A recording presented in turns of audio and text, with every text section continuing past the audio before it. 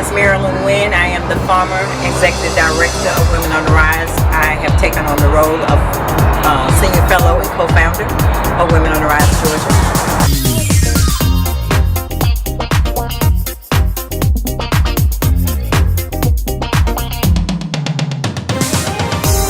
Well, hey, I'm Indy Easley. I am the campaign organizer for Women on the Rise. Women on the Rise is a non-profit organization based right here in Atlanta. We work with formerly incarcerated and currently incarcerated women of color. Our whole goal is to uplift those women, support them as they're getting released, provide them with any resources they need, and hopefully turn them into advocates so that they can start advocating for themselves.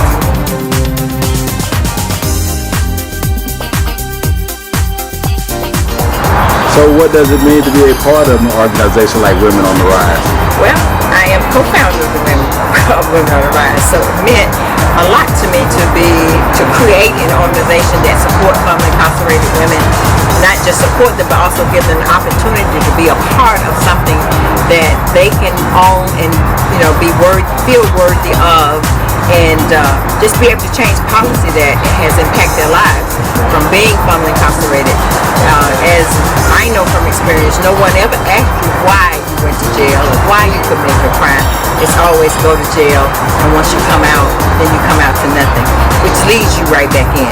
So I'm so ecstatic to be able to create something of this stature that women will be able to not just be come to, but also be a part and be engaged in.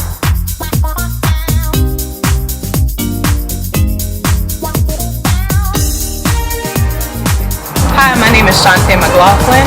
I am the CEO and founder of C. Louise, a communications consulting company. I am a mother, an activist, an advocate regarding mental health rights, mass incarceration, homeless rights, and human trafficking in jails, prisons, and institutions. So what does it mean to be a part of an organization like Women on the Rise? So, I was hesitant about joining Women on the Rise. It was like, do I keep reliving the traumas of being incarcerated? And then I joined Women on the Rise, and I got support and a sistership that I didn't expect to see. And I got present to the fact of how ineffective I've been being in my leadership, because it's one thing to talk about prison reform, it's another thing to be out here every day doing it.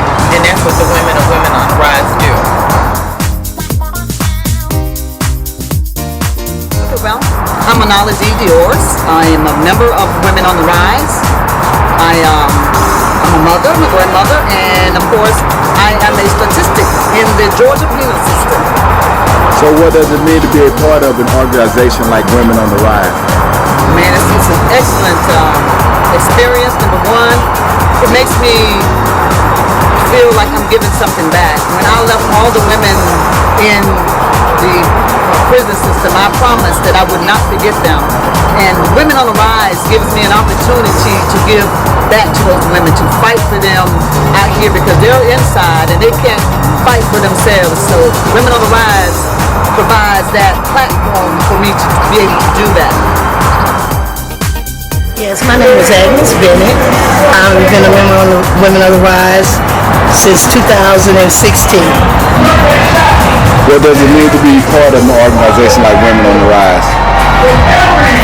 To be a part of the Women on the Rise, for me, has been very fulfilling in my life, because it was filled with so much strife and crime and just, back and forth, in and out of prison, until I met Marilyn. Well, I met Marilyn about 30 years ago, but since she started the organization, I became an active member, and it just changed my life tremendously.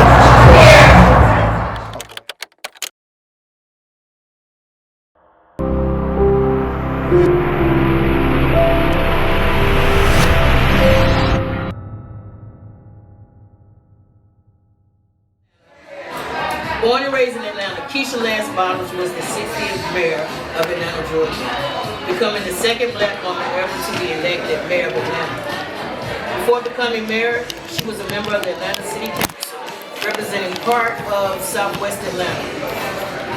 President Joe Biden nominated Bottoms as Vice Chair of Civic Engagement and Voter Protection at the DNC for the 2021-2025 term. A quote from her is, "It's easy and simple to be angry and destructive, but it takes some thought and discipline to organize and to mobilize and to articulate what your grievances are." They left us with the blueprint for that, and it's up to us to pick up the baton and keep running the race.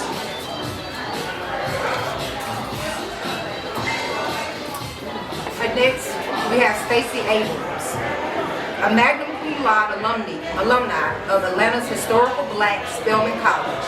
Stacey Abrams was elected to the Georgia General Assembly in 2013.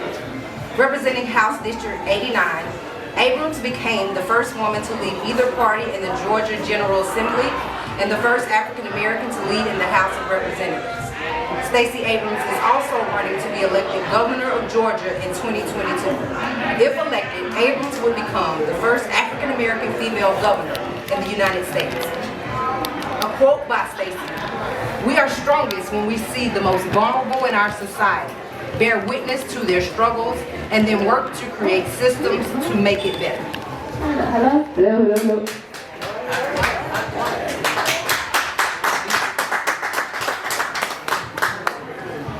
Next is Kamala Harris. Kamala is an American politician and attorney who is the 49th and current Vice President of the United States. She is the first female Vice President and the highest ranking female official in the U.S. history, as well as the first African American and first Asian American Vice President. As a member of the Democratic Party, she served as an Attorney General of California from 2011 to 2017, and as a United States Senator representing California from 2017 to 2021. A quote from her reads, "Women who fought and sacrificed for equality and liberty and justice for all, including the women who are often too overlooked, but so often proved they are the backbone of our democracy." Kamala Harris.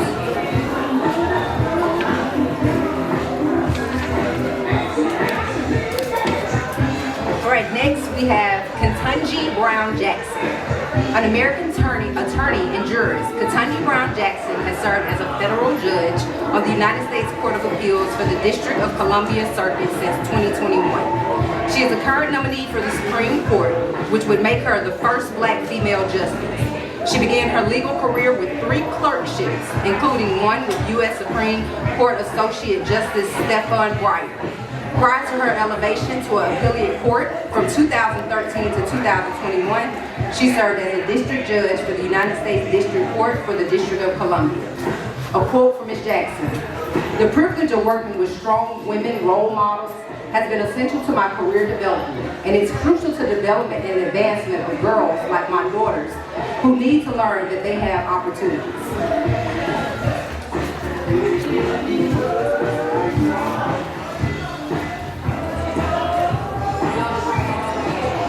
This is a quote by Shirley Chisholm. "You don't make progress by standing on the sidelines, whimpering and complaining. You make progress by implementing ideas." Okay. Next we have Alicia Garza, Patrice Cullors, and Opal Tuiti. In 2013, 3 radical Black organizers created a Black Center political will and movement building project called Black Lives Matter. It was in response to the acquittal of Trayvon Martin's murder of George Zimmerman.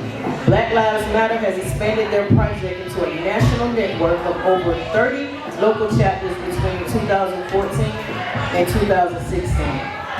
A quote from them reads, "We gave tongue to something that we all knew was happening. We were courageous enough to call it what it was. But more than that, to offer an alternative and an aspirational message, Black Lives Matter."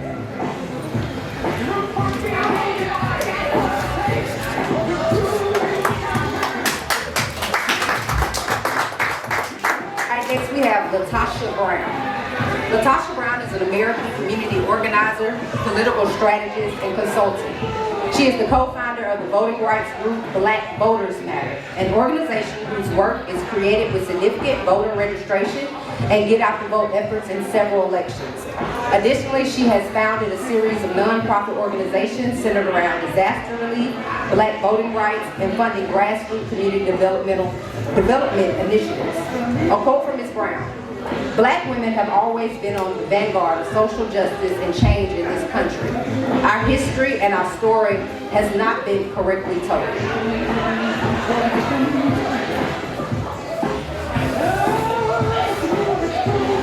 Just want to say I'm glad to be a part of a movement with so many influential women. Next is Tawana Burke. Time Magazine's 2017 Person of the Year. Tawana Burke is an activist and the founder of Me Too. The New York Natives group brings awareness and support to sexual violence survivors. In 2017, the group's hashtag Me Too started a revolution and brought women together in solidarity in the fight against sexual assault. Me Too helps bring resources to survivors as well as those in their lives. Her quote reads, "We have to come together and speak honestly about what the barriers are within our community and then tear them down. It's really that simple."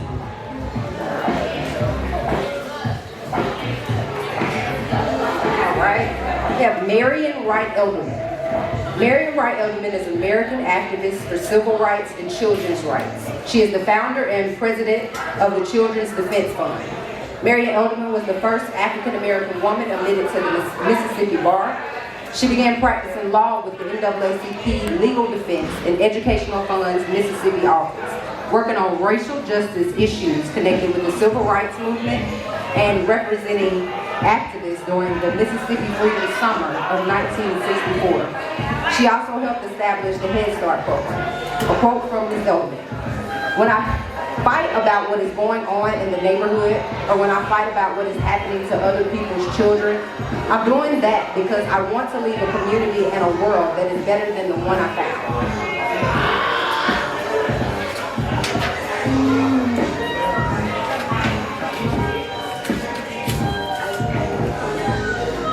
A quote by Dr. Angela Davis: "Prisons do not disappear social problems. They disappear human beings. Homelessness, unemployment, drug addiction, mental illness, and illiteracy are only a few of the problems that disappear from public view when the human beings contending with them are relegated to cages." Dr. Angela Davis.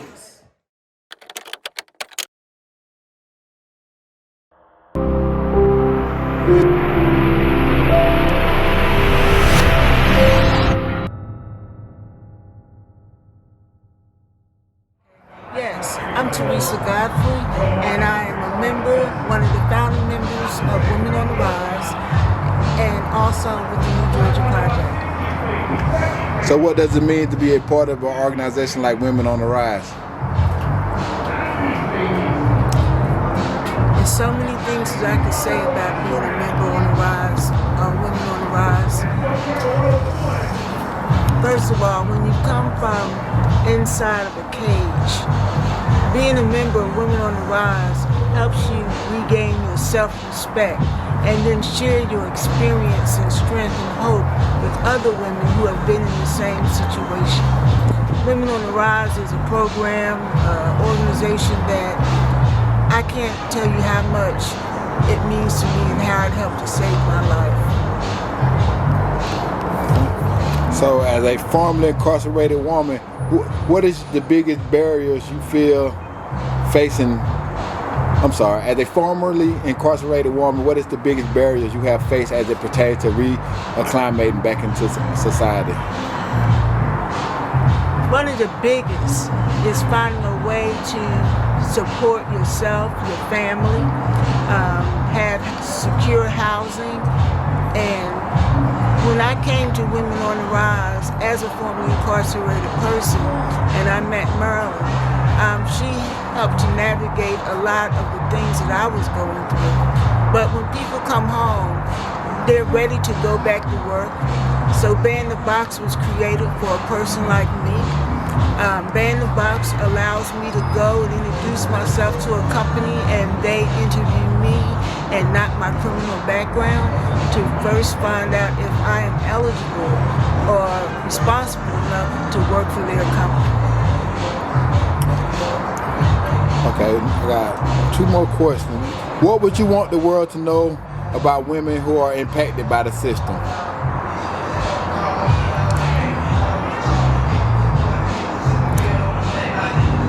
What I would like for them to know is that though we've been impacted by the system, we're not what our criminal background says about us. Women on the rise and women who have been impacted they still want to regain their family.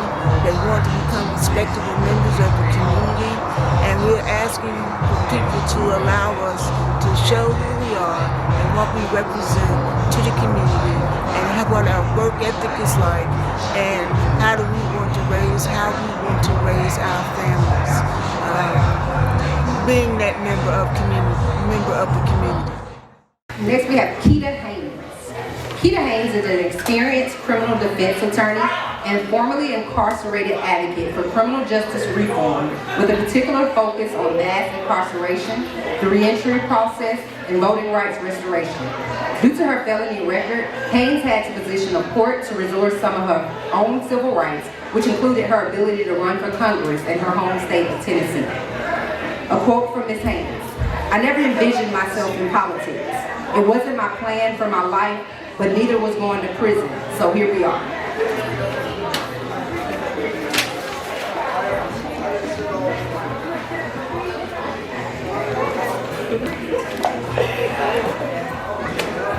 And for the woman of the hour, Miss Marilyn Williams.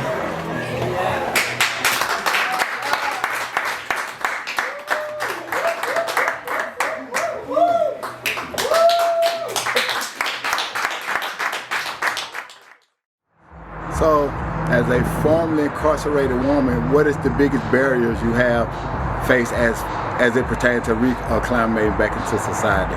As a formerly incarcerated black woman, jobs, housing, education, healthcare, you name it, is a barrier for us.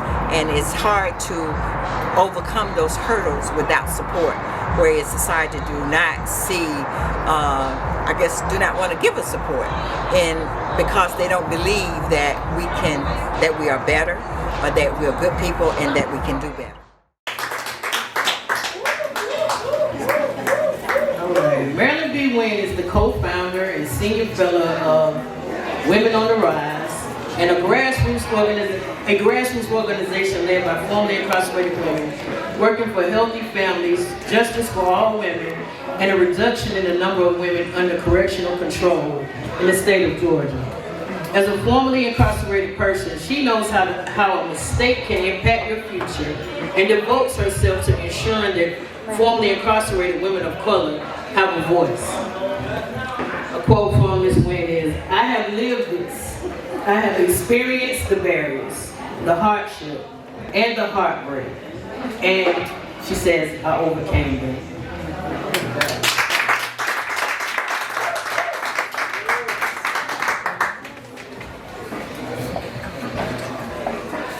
Look how far we have come.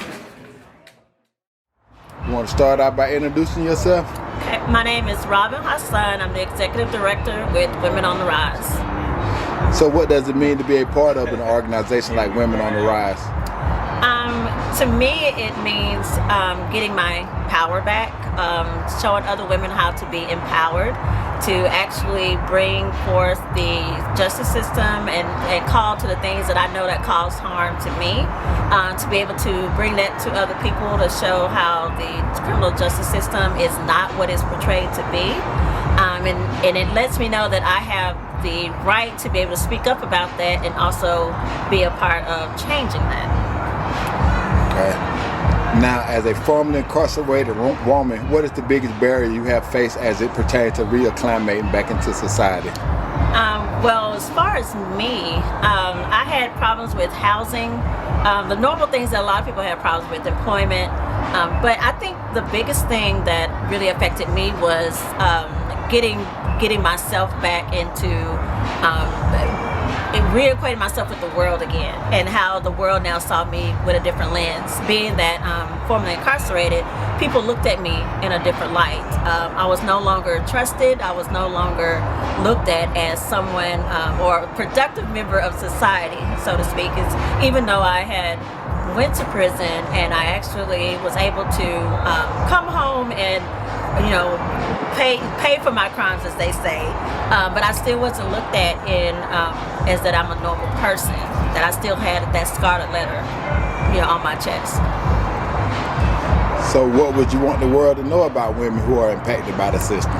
That we are normal, that we deserve the same rights as anyone else, that we have a voice, that we need to be heard, that there are things that we can share about what we actually went through, that people that have been through it or have family members who have been through it, to show that the criminal justice system, the rehabilitation, or so to speak, it doesn't work, that there needs to be other things that help people in our communities, opposed to thinking that incarceration is the answer. So what does it mean? With so much going on, what does it mean to you to see so many women of color being represented in positions of power all over the nation? It gives me hope. It gives me hope that things can actually change for us that are impacted by the system, and that we can be heard and that we can have a voice. So it lets me know that when I speak up, that somebody will listen and somebody does want to listen to evoke change within the world. Is there anything else you want the people to know about the organization, the Women on the Rise? I think to know that Women on the Rise brings empowerment back to women who are formerly incarcerated, that we or might not realize that it's taken from us due to incarceration, and that by being empowered, it lets you know that you do have a voice that can be heard, or what things that can be done to change the system, to actually make society more safe, and not to think that locking people up is the answer, or that's what's going to make everybody safe, because a lot of people don't realize that 95% of people who go incarcerated are coming home.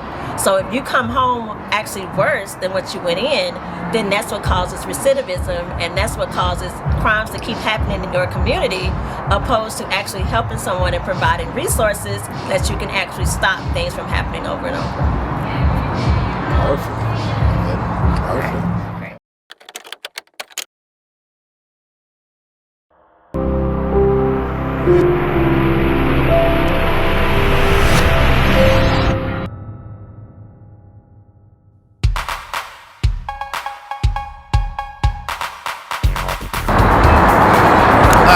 I am Denise Rubin, membership organizer with Women on the Rise, Georgia.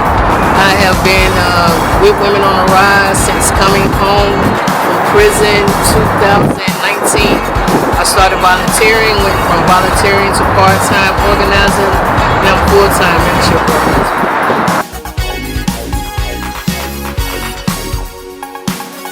I'm Dana Hagwood. Miss Shirley Sapp Davenport is my mom. To be here, part of the organization Women on the Rise, I think this is a great organization to be a part of. They're doing some really good things in it.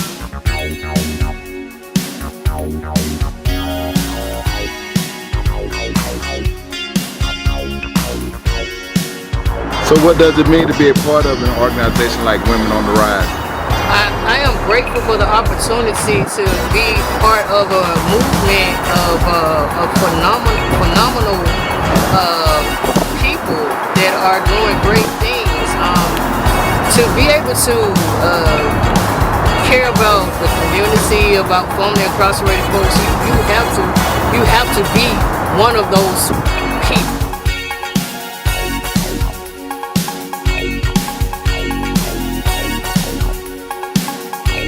Number one, when you come back out, number one, even if you were not guilty, number one, you're thrown in prison, But the barriers are either you're still on probation, or you're still on parole, and you're still having a report. You can't travel and move around like you need to. So you're really still, you're out, but you're also in prison at the same time. And that is a barrier for so many women.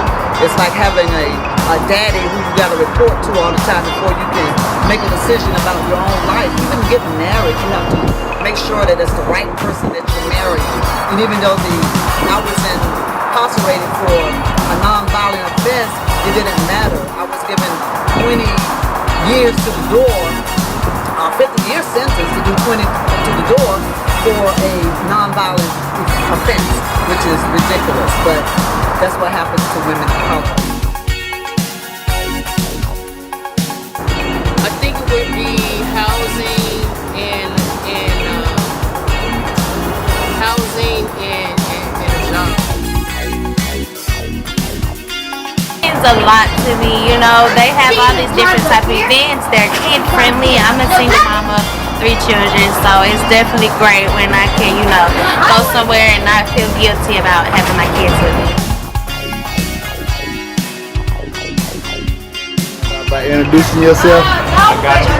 Hey, my name is Quaylen Bobbitt. I'm a poet and entrepreneur from Lithonia, Georgia. Graduated of Arabian Mountain High School. Graduated of Morehouse College.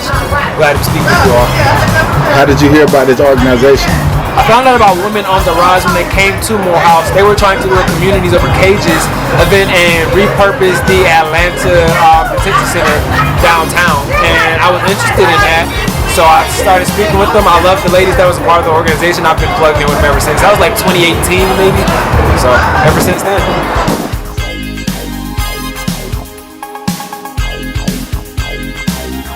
So what would you want the world to know about women who are impacted by the system? I want women to know that we must never give up. We must continue to fight. We must challenge the justice system. They call themselves the justice system, but there is no justice there.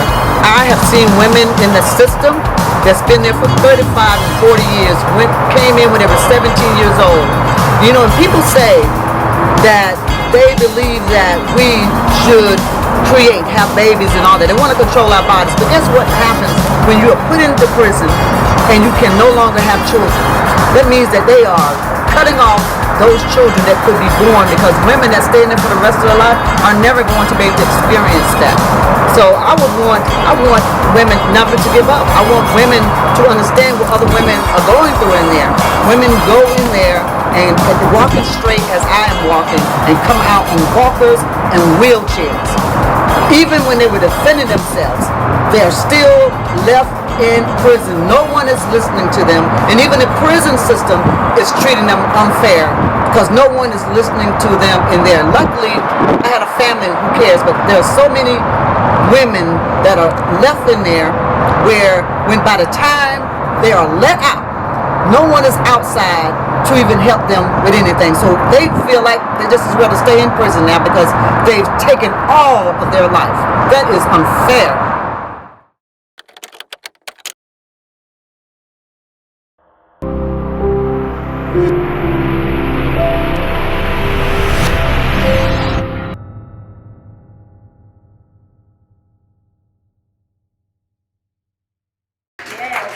But her name is Destiny Taylor, and she's an excellent writer. So she actually wrote this, okay? So I don't want to take credit for anybody else's words, so I just want to let y'all know.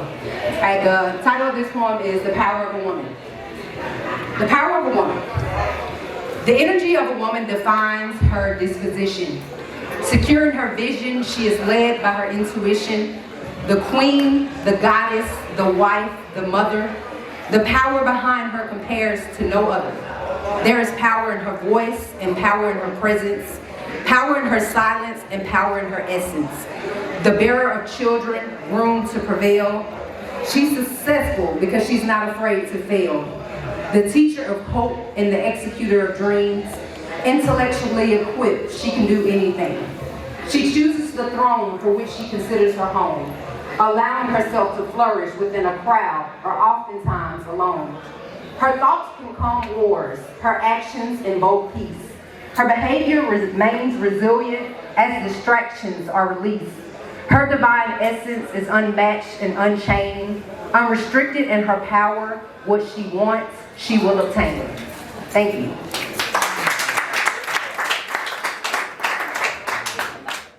All right, next we have Quaylon. There he is. This is our Men on the Rise.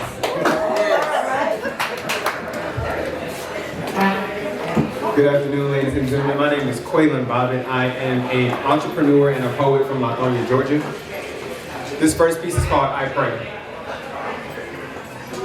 I pray I'm blessed enough to give my child the world, but ooh, if I'm blessed with a baby girl, she gonna be spoiled right out the womb.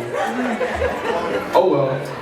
I pray that her life is parallel to a fairy tale, and every fairy tale gets replayed and remade, so Snow White's melanin slayed and Rapunzel had box braids. Goldilocks had a fro or locks, and Little Red Riding Hood had on a hoodie, slides, and mix-match socks. I pray. I pray that my daughter and I's relationship is an open book. We're always on the same page in every chapter of her life she will enjoy. But in the present tense, I pray that stacking presidents takes precedence over chasing some little boy. You see, she can help herself a little friend, but I pray that my baby, my beautiful black Barbie, finally meets her kin. She'll be nervous to bring them to family reunions to meet her kin, and will have her warm smile sink in as she's found the man or woman she's been seeking. I pray. I pray to one day say back in my day, because back in my day, the AUC did not have a Chipotle. I'm kind of glad they did it. I would have been that student late to class with a bag of Chick-fil-A and Chipotle thinking, you know what? These might not be the C's that get degrees. And Lord, please, do not give her the charm her mother has too soon. If you do, give me the will to tell them no once every blue moon. Lastly, Lord, I pray to one day hear her say, Dad, I love you. Ashe, I pray, amen.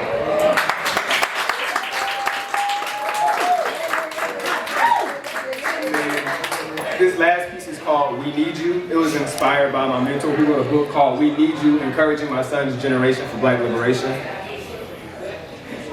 Don't you see that this is why we need you? We need us. We must rely more confidently in one another.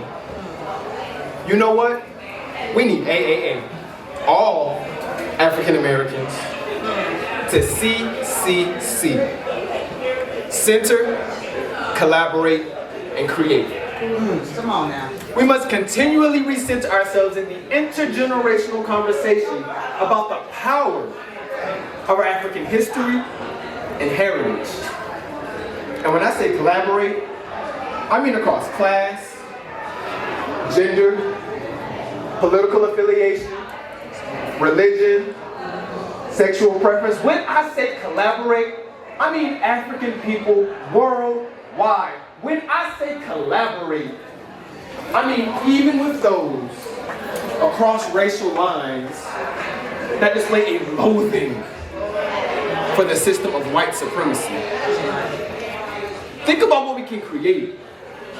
We can create relationships, communities, organizations, institutions, nations, a world centered around African values of harmony, balance, and communalism. Create a world where our black lives and black dreams are sacred. Again, we need us. And there is no us without you. We need you. Thank you all for sharing our talent. That was beautiful. I appreciate that. Now I want to just make a presentation to you all to let y'all know a few things and share some things. I just want to know I have so much to be thankful for. When I came home, I was lost, lonely, and definitely afraid. For those of you who don't know, Thursday, I've been home for 2 years after serving 10 years in prison. So When I came home, I felt excited about my freedom, but I didn't think of the barriers that would attack me and threaten to take my freedom away from me. And all of that changed by me calling a number on a business card that was given to me by Muhammad. I don't know if y'all know Muhammad, but at the Airedale State Prison. By calling that number, I met an amazing woman by the name of Marilyn Wynn. At the time, I didn't know who I was talking to. I didn't know the powerhouse behind this movement that changed things for women and people who are currently and formerly incarcerated. She displayed so much strength and wisdom that I was overwhelmed by what I was seeing. Here was this woman telling the mayor of Atlanta what needed to be done, and she was actually listening. I was amazed by that. We all know that incarceration strips you of you. It takes away your power, your strength, your character, and changes you into a survivor. Well, if you would have told me 2 years ago that I would be here where I am today, I would have laughed and thought you were crazy. Miss Marilyn can tell you that I wouldn't speak up, I wouldn't talk about my experiences, and I was very shy about what I went through. She's seen in me something that I didn't see, something that she brought back to the surface that was buried so deep, I didn't know that this person existed anymore. I owe her so much, as well as countless others who have needed the help to get their lives together after incarceration, to feel whole, to feel renewed, and to enjoy freedom.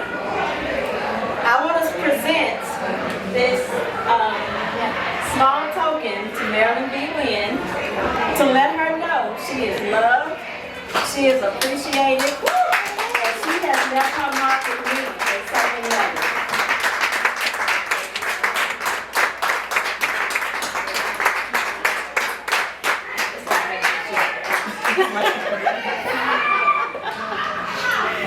This right here, this is to show you how much I appreciate it.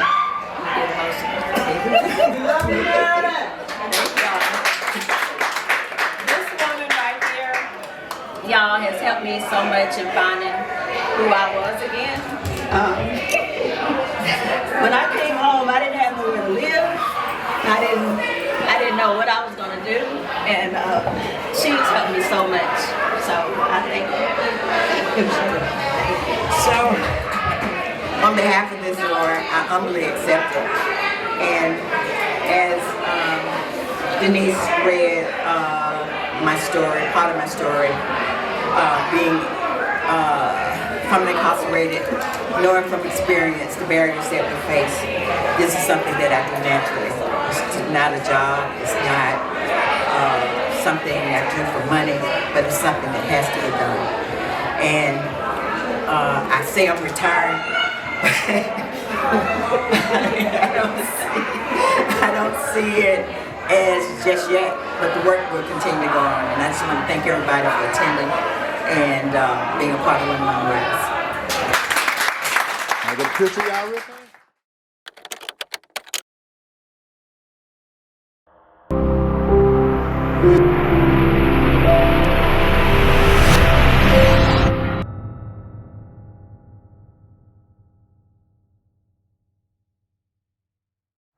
For the world to know that women who are impacted by the system, first of all, we are human beings. We're black women, we're smart, we're educated, and we are overcomers. We've been struggling and fighting all our lives, so that means we're not just black women, but we're strong black women. And once, we get jobs, we get housing, we get the essential needs that we need, then we become whole again. And you can't beat that with a stick. I mean, once you get a person that's been formerly incarcerated and they come out and they overcome those barriers, you got one of the best people working for you. You got one of the best people that can communicate for you, advocate for you, and love you. And so, I got one final question. What does it mean to you to see so many women of color being represented in positions of power all over the nation? It shows me that we have moved in our ancestors, starting with Martin Luther King fighting for our rights from the very beginning, and women had been ignored. Now the doors is open, that women are no longer ignored, and it's been said a long time ago, behind every man there's a good woman. and a strong woman. So it just goes to show we were behind, now we have came to the front. Perfect. Is there any final thing you want to say for wanting people to know about your organization and how to join or? Yes.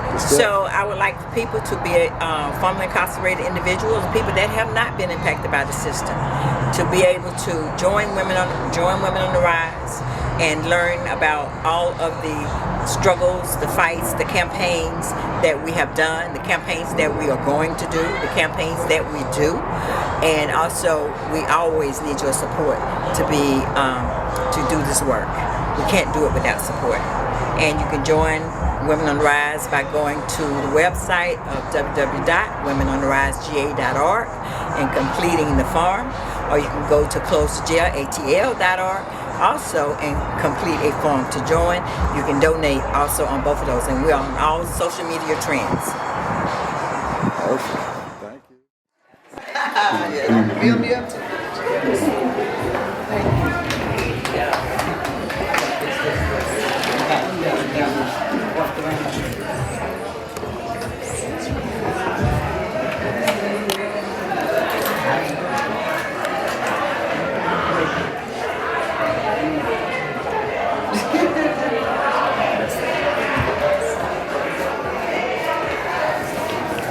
How you guys doing? Everybody happy? That's a good thing. That is a good thing. Sit in here. Put some stuff on so I can see you. Okay. So I was told, I am an honoree, and I was told that this month, right, the month of March, is celebration of women, right? Celebration of women, that includes the men too, so I don't start feeling bad. Celebration of women for the month of March. But let me tell you something, I choose to celebrate women every day of the week and every month of the year. How about you? If you celebrate yourself, why don't you give yourself a round of applause today? And that is why I want to share with you powerful women take center stage. That's what I want to talk to you about today. This year, 2022, is and will continue to be shaken and ruled by women spearheads. That's you, guys. A song written by Loretta Lynn said, "We've come a long way, baby." But I say it like this: we've come a long way, women. We've come a long way from what? Our grandmothers, our mothers, our great-grandmothers, all that, a long line of ancestors.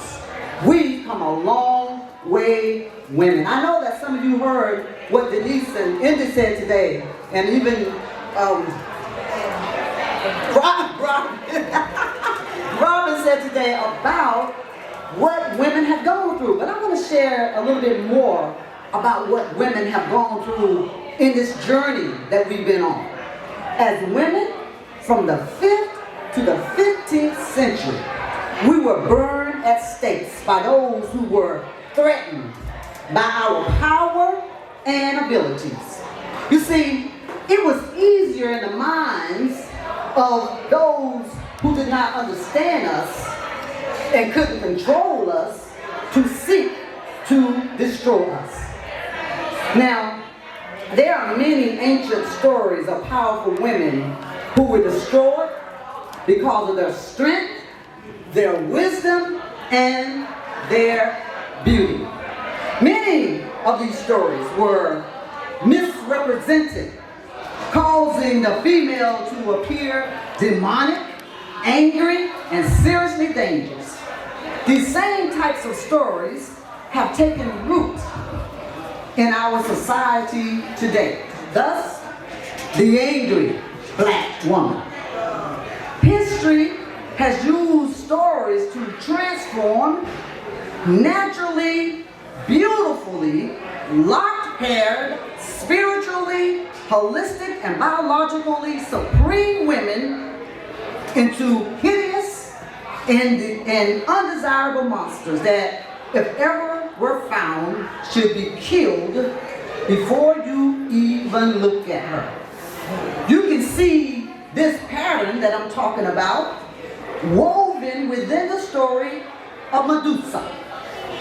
From the beginning of time, women have been demonized because of their beauty and power, especially black women.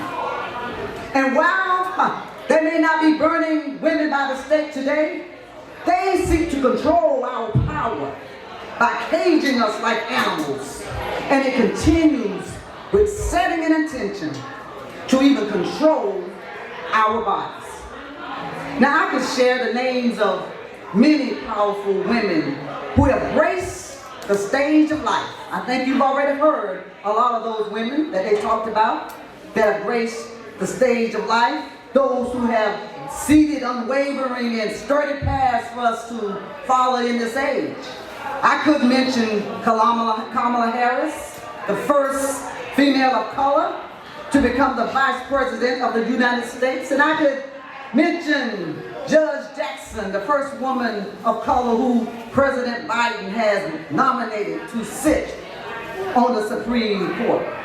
Upon reflecting, I could mention a lot more women, but today I am reminded of a scripture in Philippians 3:13 where it says, "Brethren, I count not myself to have apprehended, but this one thing I do, forgetting those things which are behind and reaching forth to those things which are before." I am inspired to remind you, powerful women, that we must operate in the present today.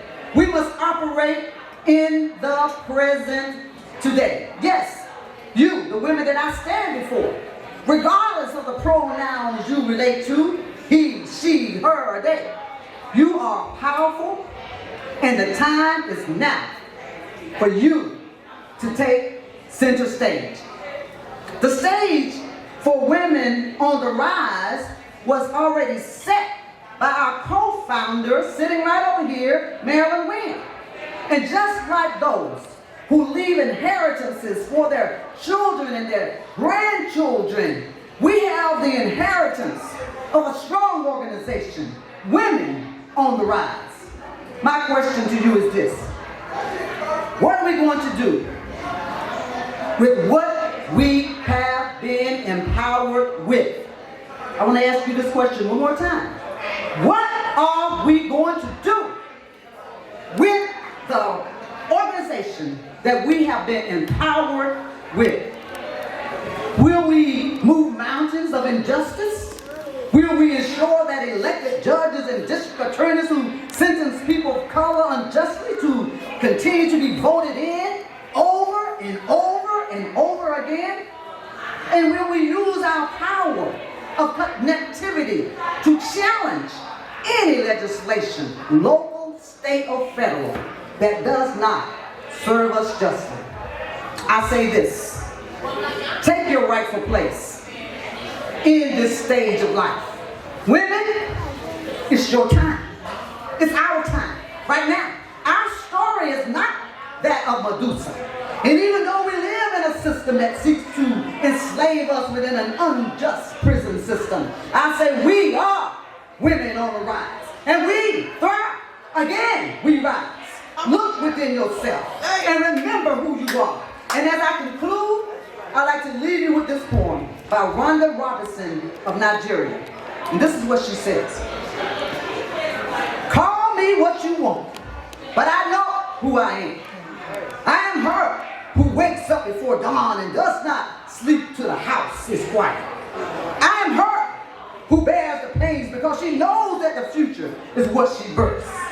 I am her who fights for every one of her children and never lets go till they are safe. I am her who shoulders the weight so you can stand tall and proud. I am her whose tears are only seen by the night and meets the morning head on. I am her who will never quit, never stop, never faint, till she is heard. I am woman, and we are women on the rise. Thank you.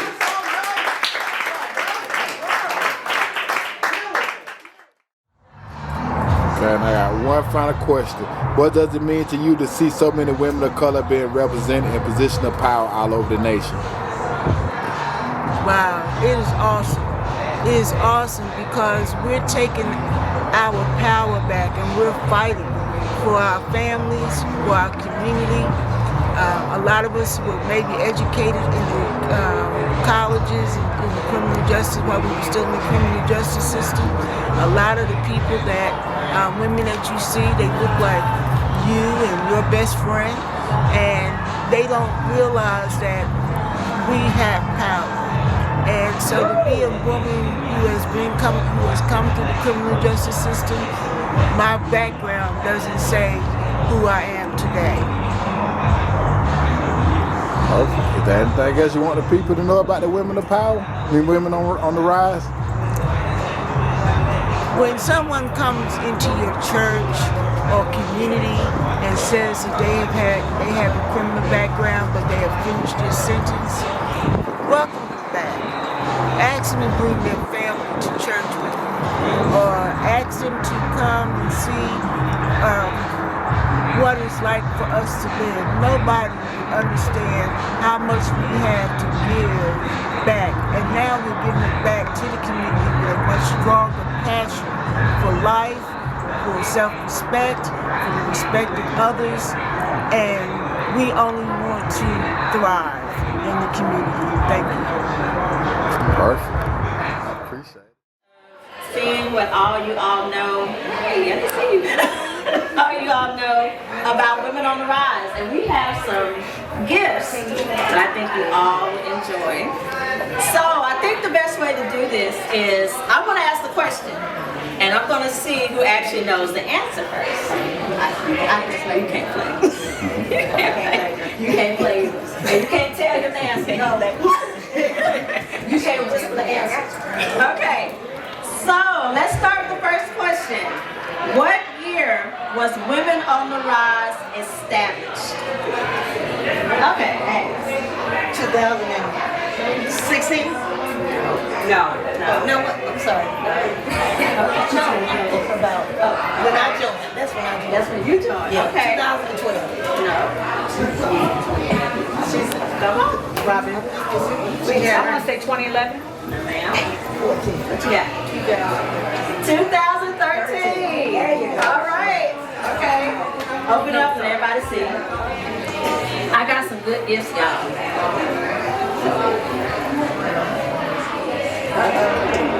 Yeah, this is a microphone. Come on, any money in it? All right. Okay, so the next one. Women on the Rise was co-founded by what organization? You know it? No? Okay. Take a chance. Okay, I'm taking a chance. Okay. I met her in 95. No. Damn, well, I'm just gonna be quiet. No. Women on the Rise was co-founded by what organization? Race Injection. There you go. RJAX, right? Yes. Exactly. RJAX. Social. All right, so open it up. Let's see what you got.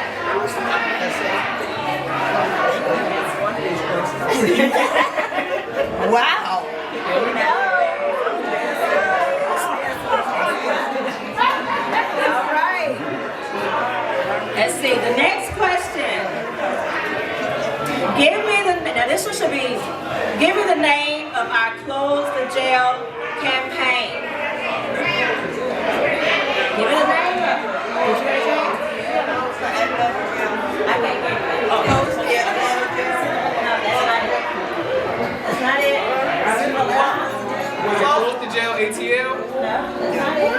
What do we call ourselves? As Women on the Rise. No, we do, but the other organizations we're all together. We call ourselves. Am I not saying right? Do you know what it is? How about this? Community. I'll give you the first word. There you you go. What is it? Community over cages. Oh, community over cages. You guys don't use it enough. That's all right. All righty. There you go, K-Spade. K-Spade. I wanted to get that for you. All right. Okay. Let's see. Oh, okay. You should know this one, y'all. What organization did Women on the Rise help co-create that will be going inside Atlanta City Detention Center this year? I said, hey. You got it one time. Everybody stand. There you go. I finally got something. Open it up. I'm going to give the people who already won something a chance if nobody knows the answer. What you got? Okay. It was paid. Thank you. All right. Okay. What year did the legislation get signed to close and repurpose the jail? What year? 2019. That's it. She like, wait, I'm getting one of you guys. I'm figuring it out. Thank you. You got two more? Okay, what you got? Yeah, I got 2 more. What you got? Oh, you got another K-Spade. Okay. You match my nails. Okay. How about something a little bit older? I don't feel right. What campaign did Women on the Rise win in 6 jurisdictions in Georgia and carry 30,000 signatures to Washington, D.C. for? What's that? Ban the box. That's right. I worked on that. You worked on that? You worked on that. Okay. Let's see what you got. And the new Jim Crow. Oh, with Bert Skelly, yeah. Thank you. All right. Thank you so much. Yeah, oh, they wasn't I'm talking about the campaign. Thank you so much. Beautiful. Yes, Lord. What is that? Michael Ford. Michael Kors, number 10. Okay. All right, so this one will let me know if y'all have been paying attention to what we currently do. All right, to what we're currently doing right now. Due to the current mayor being Andre Dickens, what shift in the campaign do we have to do with the Atlanta City Detention Center? Affordable housing. Oh, there you go now. There you go. Thank you. Let me see what she got. She got it. I need this. I have no idea. Thank you. All right, everybody. Well, I want to thank you all for coming out, and I appreciate y'all's support of Women on the Rise, and I appreciate you all keeping up with what we're doing, being a part, helping us fight for injustice for people, us as well as people we all left behind in prison. And what we're going to do now is, if you haven't been interviewed, I'd ask if you at least be interviewed. You know, if you want to stay, you can stay and mingle. We have food here that they should have brought out by now, and we also have a cake. So please get you something to eat, but thank you all for coming. It's powerful. It means that you're taking a stand for something, especially when you have been incarcerated, such as I have, and if you have been a victim of the injustices of the society that we now live in, with mass incarceration and all the other stuff that's happening with our brown and black people. So as a formerly incarcerated woman, what is the biggest barriers you have faced as it pertains to reacclimating back into a society? Well, one of the biggest barriers was that of unemployment. Thank God that we now have the ban the box legislation passed, and before that, and even sometimes now, you know, with people that just don't know what's going on and haven't been in the loop of things, they take your application. Once they find out you've been incarcerated, they ball it up, they put it in the trash, and that's happening now even still. So that's one of the biggest barriers, is that of trying to find employment once you're trying to get back united with society. Okay. Now, what would you want the world to know about women who are impacted by the system? I would like the world to know that there are some strong women out there, some mothers, some grandmothers, such as myself, 62 years old, who really, really need their help. They don't need their sympathy as much as they need their empathy, so that they will know what's going on in the world and hear somebody's story, hear somebody's pain, and see that we are strong women who have had jobs, who have had careers, who have had just goals, positive goals for life. Some of us are entrepreneurs, many of us have our own businesses, but with what's going on today, we need other people to hear that although we have suffered and although we have experienced pain, we are yet survivors and we are yet coming through. Then I got one final question.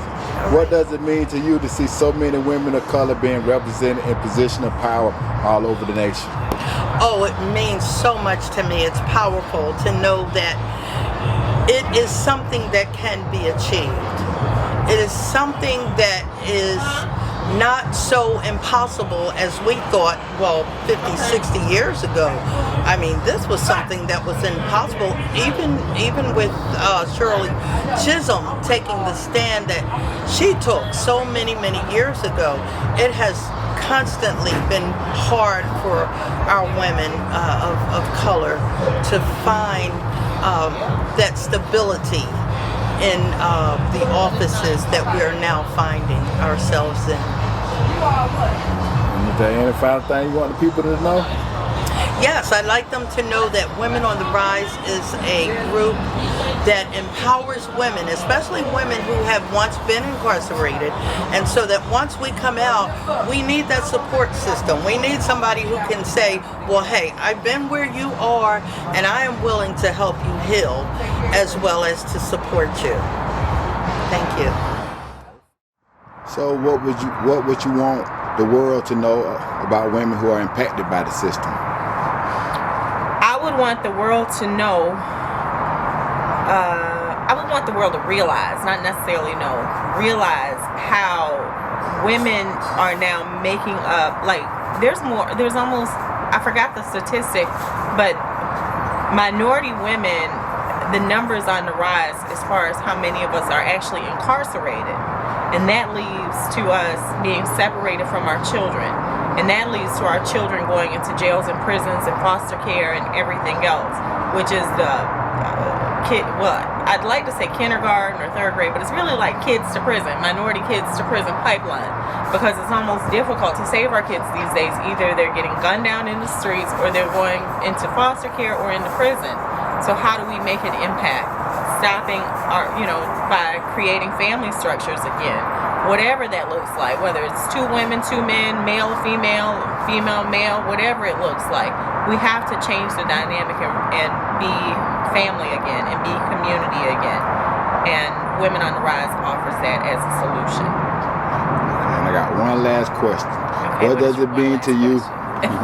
What does it mean to you to see so many women of color being represented in positions of power all over the nation?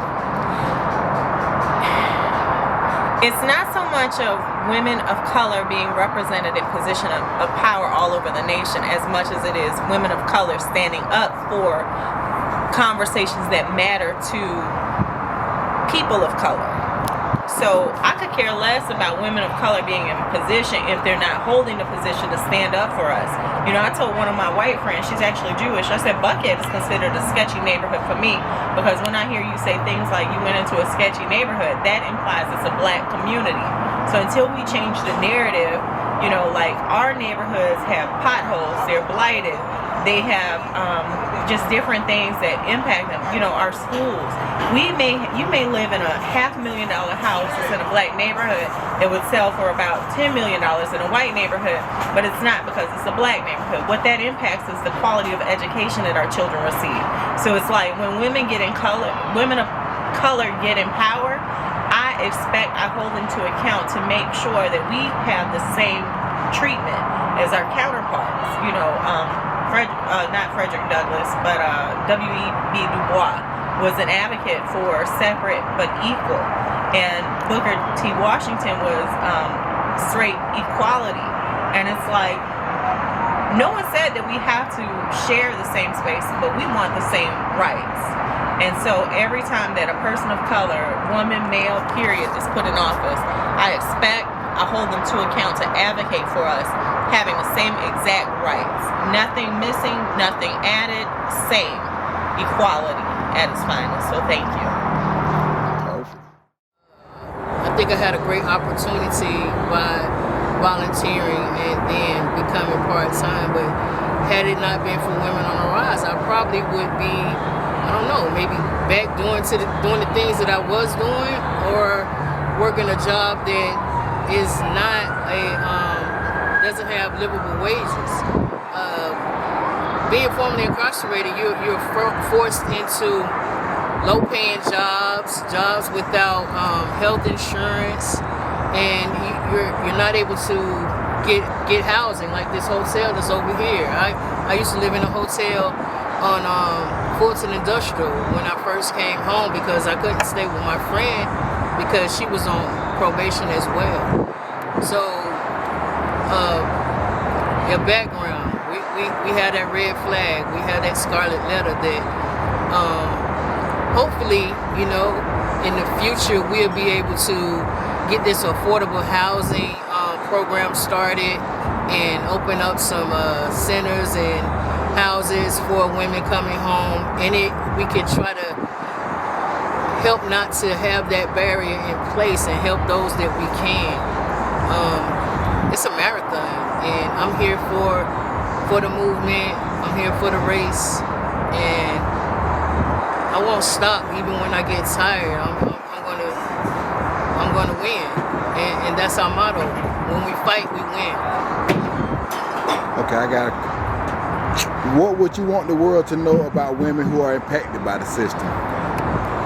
Women impacted by the criminal and justice system are women that have gained knowledge from that impaction. Like, it strengthens you. It makes you want to open doors that are not open to you. It makes you not accept the answer no. No doesn't apply to me. I'm gonna knock the door down, I'm gonna go through a window, I'm gonna find another door. But we're gonna make things possible. Black women are strong as it is. And I feel like with my self-incarceration, helped me to grow, helped me to develop and grow. So there's strength. There's strength in being formerly incarcerated. And one final question. What does it mean to see so many women of color being represented in positions of power all over the nation? That is awesome. That is something that needs to be seen and heard all across the nation. We are very powerful. We have a voice, and we need to learn to use our voice. Speak up for the things, for those injustices that we are facing and others are facing. I am a voice for the people. I speak for the people. You have to love the people. So using this platform, all these black, beautiful, strong women, we can make some things happen. So what does you think it means to be a part of an organization like Women on the Rise? What it means to be a part of an organization like Women on the Rise, it means that no matter your past, your circumstances, that you can overcome. And I've seen it with the ladies in this organization. Like, they're powerful, and all of them, they have, their histories that they have, but when you talk to them, they're full of life, they're full of energy, they're always giving you positivity and always trying to help you get plugged into different resources and networks to help you grow, and it's just absolutely amazing. So that's what it means to me, is just to be like someone who can help provide energy, life, value to others, no matter what you're going through, knowing that someone else can have a better opportunity because you were able to speak with them and share your life.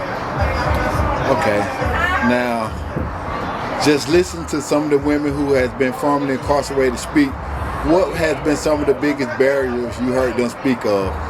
Some of the some of the biggest barriers that I've heard them speak of: affordable housing, I would say resources to different organizations that may be able to help them in whatever aspect they may need. Jobs has been a really big one as well. And I would say those are some of the main ones that I've heard just initially. And then just also to some of the barriers that you have after you've been incarcerated, whether it be like voting and things of that nature. So just hearing them talk about those different instances and hurdles that they've had to overcome, it's just really empowering, just being able to be around a group of individuals like that who aren't going to let those circumstances define them or hold them back from accomplishing what they want to accomplish. Now, what would you want the world to know about women who are impacted by the system? They're still humans, they're still people. They still have families and loved ones and goals and dreams and aspirations. And just because they have a past doesn't mean that they don't have a future. And the future is bright with the young ladies and women that I met in this organization, because like I said, they're powerful, they're strong, they're educated, they're independent, they're helpful, they're loving, they're mothers, they're daughters. And just seeing that means that, you know, they still have something of value and something of value to offer to the world. And I don't want that to be like just taken away just because you went to jail or went to prison or whatever it may be. Like, you still are a person, you're still a loved one to somebody. Okay, and I got one final question. What does it mean for you to see so many women of color being represented in positions of power all over the nation? I'm hyped. Like, I see my mama, I see my cousins in them.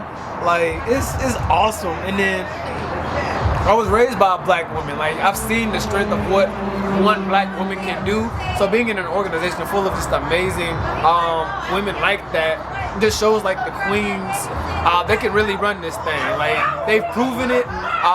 They're able to like help the community do what needs to be done.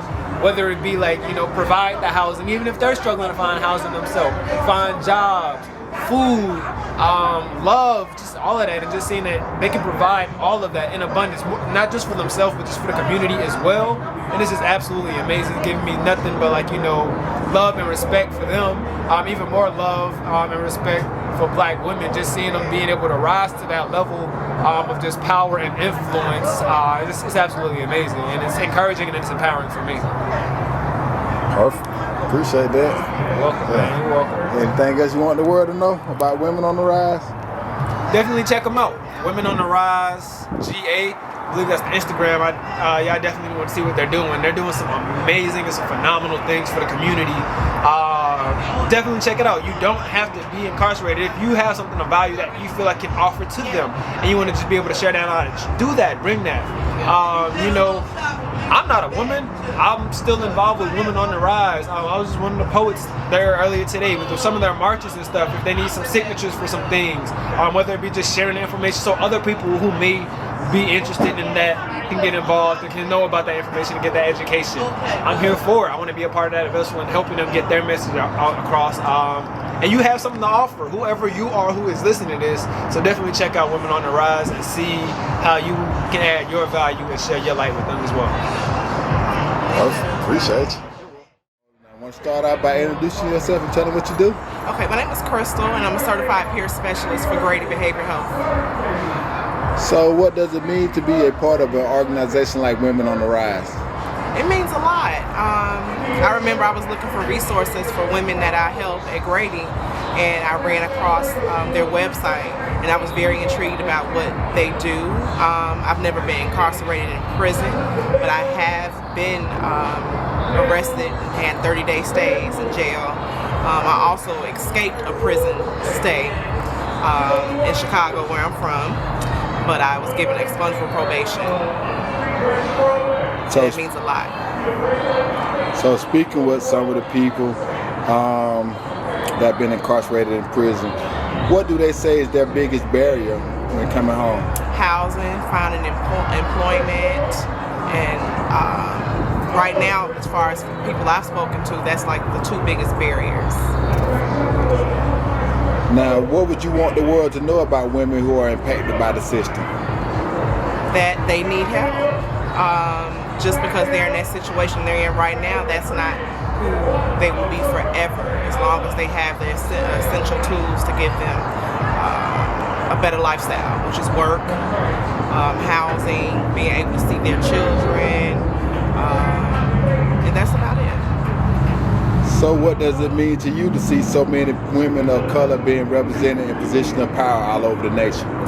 It means a lot. It puts a big smile on my face. And having a daughter of my own who one day will be a woman, it gives her a great example of what to look forward to when she gets older. And is there any final thing you want people to know about Women on the Rise? Come be a part of the organization, and they're doing wonderful things that I couldn't even imagine when I was living back in Chicago or when I first got here 8 years ago. It's a great place to be. So with me, I never went to prison. I was incarcerated in jail for 2 years, and I was facing 20 years in prison for charges that weren't mine because I'd been advocating for people to be given their mental health medicine. I delivered triplets while incarcerated, but because I live with mental health, the biggest barrier that I have had has been getting people to believe my story of the injustice and the, like, just all of it, like how they treat you, about the medical industry on the inside of jails and prisons, what that looks like when they try to force me to get an IUD, like forced birth control, and this is inside of a county jail, so I can only imagine what it's like for women in prison. And so in re-entering society, the biggest challenge has actually been bringing light and awareness to the lack of justice and making sure that they don't forget about us, because when they protest about the men who have been incarcerated or the men who have been killed, and very rarely do they say our names and stand for us. So that's been the biggest barrier and challenge. The most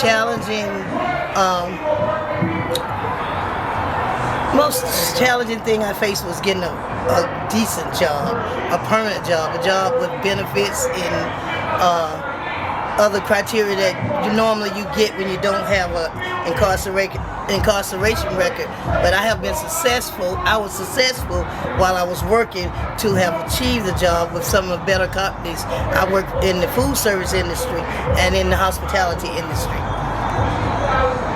Now, what would you want the world to know about women who are impacted by the system? Any woman, I feel, that has been impacted by the judicial system in the United States, they need to become a member of Women on the Rise.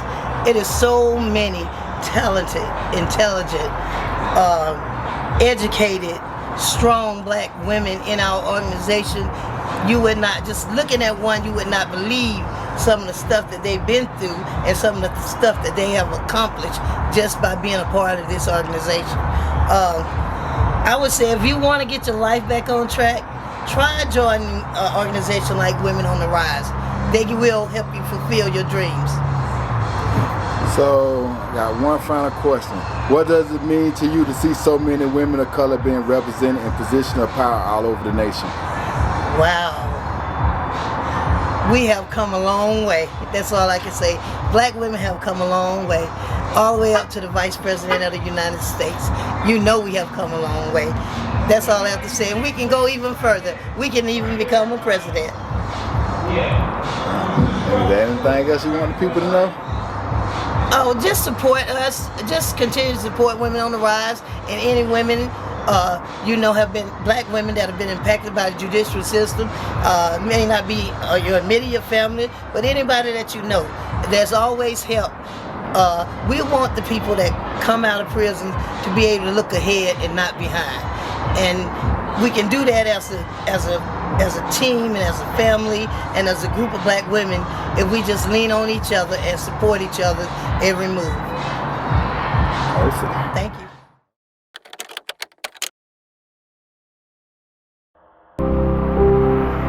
you.